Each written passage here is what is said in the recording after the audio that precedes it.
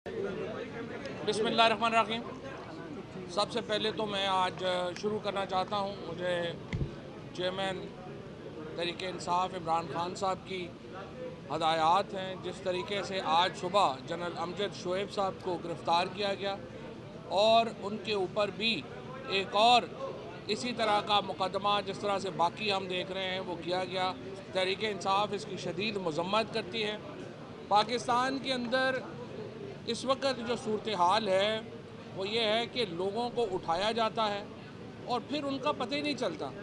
ये जनरल अमजद शोएब पाकिस्तान फ़ौज के लेफ्टिनेंट जनरल रह चुके हैं, one of the senior most हमारे जो साबिका जर्नैल हैं उनमें शामिल होते हैं। बहुत उनकी इज़्ज़त एहतराम है और हमारे क्रिटिक हैं तहरीक इंसाफ के। जो जनरल अमजद हैं वो बहुत बड़े क्रिटिक रहे हैं, लेकिन इसका मतलब ये नहीं है कि जो तनकीद करे उसको उठा लिया जाए। और इसके साथ साथ जो मोहम्मद ख़ान भट्टी अब 20 दिन हो गए हैं, उनका कोई पता नहीं कि वो किधर है। सो ये जो मिसिंग पर्सनस हो रहे हैं तेज़ी से, इसके ऊपर बड़ी तशवीश है तहरीक इंसाफ को, और इसके ऊपर आवाज़ उठाना हर पाकिस्तानी का फ़र्ज़ है। आज सुप्रीम कोर्ट में यहाँ पे जो मुकदमा है ये पाकिस्तान के आइन का मुकदमा है।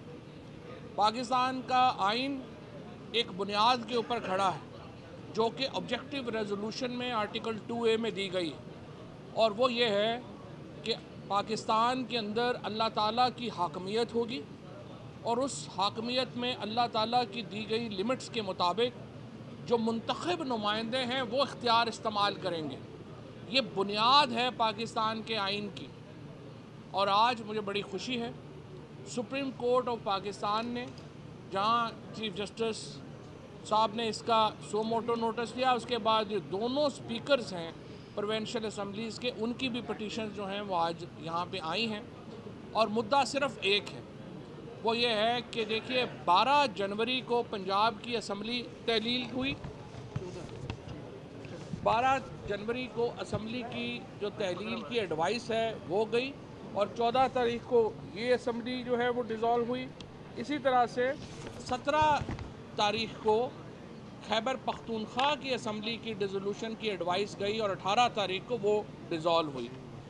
और उसके बाद अभी तक इंतखाबात की डेट अनाउंस नहीं की गई। एक यूँ टेबल टेनिस का मैच चल रहा है इलेक्शन कमीशन और गवर्नर्स के दरमियान।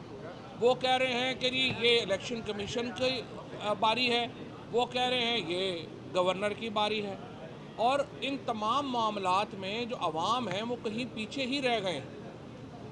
पाकिस्तान की जो फेडरेशन है, पाकिस्तान की जो रियासत है, वो इलेक्शन की बुनियाद के ऊपर पार्लियामेंट्री फॉर्म ऑफ गवर्नमेंट के ऊपर खड़ी है। इस बात के ऊपर एक कंसेंसस है इस वक्त सुप्रीम कोर्ट के सामने कि तमाम जो फ्रीकेन हैं वो समझते हैं कि इंतखाबात 90 दिन के अंदर होने हैं। गवर्नर साहिबान ने भी अपने जो रिप्लाई है, इलेक्शन कमीशन का अपना रिप्लाई, उसमें कोई ये नहीं किसी ने कहा कि इलेक्शन 90 दिनों के अंदर नहीं होने। ये एक मुत्तफ़िका इस वक्त पोजीशन है कि इलेक्शन 90 दिनों के अंदर होने हैं। लिहाजा सुप्रीम कोर्ट ने एक बड़ा मुख्तसर सवाल फ्रेम किया है, और वो सवाल ये है कि इंतखाबात की तारीख़ कौन देगा। क्या इंतखाबात की तारीख़ गवर्नर देंगे या इंतखाबात की तारीख़ इलेक्शन कमीशन ऑफ पाकिस्तान ने देनी है। इसके ऊपर अब से कुछ देर पहले अली ज़फ़र साहब ने अपने जो आर्गूमेंट्स हैं, अपने दलाइल मुकम्मल कर लिए हैं, और अब 4 बजे दोबारा सुप्रीम कोर्ट का ये बेंच बैठेगा और वो अपने दलाइल शुरू करेगा। चीफ जस्टिस ऑफ पाकिस्तान अपने इब्तदाइये में ये बता चुके हैं कि इस केस का फ़ैसला कल हो जाएगा और आज ज़्यादातर आर्गूमेंट्स मुकम्मल हो जाएंगे। हमें पूरी उम्मीद है इंशाअल्लाह अल्टीमेट फ़तह पाकिस्तान के अवाम की होगी, अल्टीमेट फ़तह फेडरेशन की होगी। क्योंकि देखिए पाकिस्तान के अंदर आइन है, जमहूरियत है, तो मार्शल लॉ नहीं हो सकता। या आप मार्शल लॉ लगा के मुल्क चला लें या आप आइन और जमहूरियत के मुताबिक मुल्क चलाएं। जिस तरीके से अभी हम देख रहे हैं कि शहबाज शरीफ की हुकूमत और सूबों में हुकूमतें चल रही हैं, ये इस आइन के मुताबिक 90 दिनों के बाद नहीं चल सकती। जो इंटरिम गवर्नमेंट मोहसिन नकवी की और जो खैबर पख्तूनख्वा में आई है, वो बड़े महदूद मकसद के लिए आई है और उसका मकसद सिर्फ इलेक्शन करवाना है। और अगर इलेक्शन करवाने के अलावा किसी और मकसद पे जाते हैं तो फिर वो अपने आइन से रोगर्दानी कर रहे होते हैं। मैं यहाँ पर सुप्रीम कोर्ट के ख़िलाफ़ जो एक मुहिम चलाई गई नून लीग की तरफ से, उसकी मजम्मत करना चाहता हूँ। मैं अपने जो सुप्रीम कोर्ट के जज साहिबान हैं, जस्टिस एजाजुल एहसन साहब, मज़ाहिर नकवी साहब, इनका ख़ुसूसन तहे दिल से शुक्रिया अदा करना चाहता हूँ कि जिन्होंने मैग्नेनिमिटी दिखाई और उन्होंने बेंच से आज ख़ुद अलहदा होने का फ़ैसला किया। इसी तरह से जस्टिस अतर मिनहला साहब ने जो है ये फ़ैसला किया और जस्टिस आफरीदी साहब ने ये फ़ैसला किया। और उसके बाद 9 में से जो 5 जजेस रह गए जिनके ऊपर अब सबका इत्तफाक है, वो ये केस सुन रहे हैं। और मुझे पूरी उम्मीद है कि इंशाअल्लाह सुप्रीम कोर्ट आवाम के हक़ के इंतखाब का तहफ़्फ़ुज़ करेगी और इंशाअल्लाह पाकिस्तान में जो दोनों सूबे हैं वो इंतखाब की तरफ बढ़ेंगे। आपके वकील ने ये कहा कि बेशक मुखालफ फरीक डेट दे दे कि 90 रोज में किसने इलेक्शन कराने, कोई दे दे, क्या मरियम नवाज और नवाज शरीफ दे दे तभी कबूल है? जो आइन के तहत देना है उन्होंने देना है। मरियम नवाज़ और नवाज़ को इलेक्शन की डेट देने के लिए तो मुझे लगता है कि ज़बरदस्ती कैमरों के सामने 5-7 बंदे खड़े करके करेंगे, वो भी नहीं करेंगे। कल जो जामपुर में इलेक्शन हो गए हैं उसके बाद इन्होंने इलेक्शन की डेट कोई नहीं देनी। ये तो सुप्रीम कोर्ट ने ही करना है और पाकिस्तान की फेडरेशन नहीं करना है जो करना है। इलेक्शन कमीशन का फैसला आ गया, आप असेंबली जा रहे हैं को तारीख देने की इलेक्शन की जी। क्या आईने पाकिस्तान इजाजत देता है सुप्रीम कोर्ट को इलेक्शन की? जी, जो सेक्शन जो आर्टिकल 224 है read with section 57 election act, president of Pakistan का इख्तियार है। और प्रेसिडेंट ऑफ पाकिस्तान ने, आपको याद होगा कि पहले ये ख़त लिखा था इलेक्शन कमीशन को कि आप खुद ये डेट दें। अगर इलेक्शन कमीशन ऑफ पाकिस्तान खुद भी नहीं दे रहा, गवर्नर भी नहीं दे रहा, तो फिर प्रेसिडेंट ऑफ पाकिस्तान सदर आरफ अलवी साहब ने सदर के ओहदे की इज़्ज़त बढ़ाई है।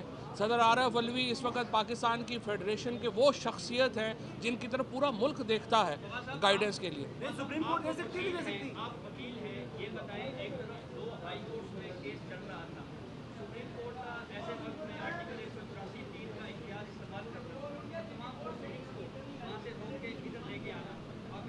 सुप्रीम कोर्ट, हाई कोर्ट तो अपना फैसला दे चुकी थी, उसके ऊपर अमल दरामद ही नहीं हो रहा। हाई कोर्ट ने फैसला दिया, उस पर अमल दरामद नहीं हुआ।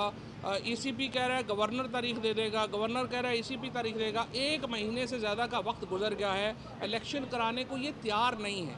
देखिए, बाकी सारे किस्से कहानियाँ हैं, हकीकत सिर्फ ये है कि मौजूदा हुकूमत इलेक्शन कराने को तैयार नहीं है। वो आवाम के सामने जा नहीं सकते, इनकी हैसियत नहीं रह गई। इस वक्त जो नॉन फेसेस हैं जो टीवी पे इस हुकूमत के, वो तो बाहर खड़े होकर खाना नहीं खा सकते, लोग उनको अंडे टमाटर मारते हैं। लिहाजा ये हुकूमत इलेक्शन की चूँकि ये रिट खो चुकी है, ये जा नहीं सकती है। जाहिर है इससे ज़्यादा हम कौन सा केस होगा आर्टिकल 1। अच्छा, फवाद चौधरी साहब, पंजाब के लोग जो हैं वो डी नोटिफाई हो गया, उनका जो मुअत्तली थी और इलेक्शन कमीशन की तरफ से बहाली हो गई। कब असेंबली जा रहे हैं, पहला सवाल। और दूसरा, कल इमरान खान पेश हो रहे हैं, दोनों अदालतों में क्या इंतजाम? इमरान खान पेश हो रहे हैं, सिक्योरिटी अरेंजमेंट्स जो हैं वो देखे जा रहे हैं। इमरान खान के ऊपर कातलाना हमला हो चुका है, दोबारा मौजूदा हुकूमत ने कहा है कातलाना हमले का इम्कान है। तो मुझे तो समझ नहीं आती कि अदालतों के अंदर उनको क्यों इस तरह से जो है वो एक अदालत से दूसरी अदालत ले जाया जा रहा है। इससे इमरान खान की ज़िंदगी को ख़तरा है। लेकिन बहरहाल वो पेश होंगे, अदालत में, हाई कोर्ट में भी हुए थे, यहाँ पे और असेंबली वाला, और दूसरा असेंबली में राजा परवेज़ अशरफ भी। देखिए, इस हुकूमत में सारे लोग जो हैं वो अदालतों के अहकामात को नहीं मान रहे, और ये चीज़ जो है ये सुप्रीम कोर्ट ने इसका फ़ैसला करना है। इस्लामाबाद कोर्ट ने कहा लोकल गवर्नमेंट इलेक्शन कराएं, हुकूमत ने नहीं कराए, कंटेम्प्ट में चले गए। लाहौर हाई कोर्ट ने कहा इलेक्शन की डेट दें, इन्होंने नहीं दी, फिर कंटेम्प्ट में चले गए। और अब यहाँ पे आके हाई कोर्ट ने मेंबर्स को बहाल किया और राजा परवेज़ अशरफ कह रहे हैं कि वो मैं मेंबर्स को नहीं मानता। तो आखिर अगर अदालती निज़ाम को आपने तस्लीम ही नहीं करना तो फिर मुल्क कैसे चलेगा? फिर तो आइन के तहत मुल्क नहीं चल सकता। बताइएगा कि अदालत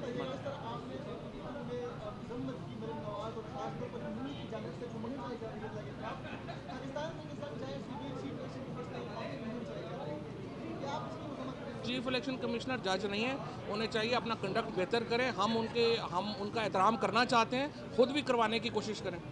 चौधरी साहब ये बताइएगा कि अदालत ने कहा है कि लाहौर हाई कोर्ट ने कहा था कि चीफ इलेक्शन कमिश्नर जो है वो गवर्नर से मुशावरत करें, लेकिन यहाँ पे सदर के साथ मुशावरत की गई। तो आप कह रहे हैं कि सदर जो है वो इलेक्शन की तारीख दे सकते हैं? नहीं, सुप्रीम कोर्ट ने तो ये कहा है कि गवर्नर की मुशावरत लिखी नहीं हुई 105 में, तो इलेक्शन कमीशन को तो डेट देनी चाहिए थी उसके बगैर, वो उन्होंने नहीं दी। सदर साहब के साथ तो सेक्शन 57 में लिखा हुआ है कि सदर कंसल्टेशन करेंगे, वो मामला अलग है, ये मामला। Thank you. इम्पोर्टेड हुकूमत और उनकी हवारियों की अदलिया के खिलाफ हर्जा सराई, मरियम नवाज की अदलिया और फाजिल जज साहिबान पर शदीद तनकीद। इस घिनौनी साजिश को बेनकाब करने पर बोल को एक दफा फिर नशरियात की बंदिश का सामना करना पड़ रहा है। बोल अदलिया की इज्जत के लिए खड़ा है और खड़ा रहेगा। सब्सक्राइब करें और बेल दबाएं ताकि कोई खबर रह न जाए।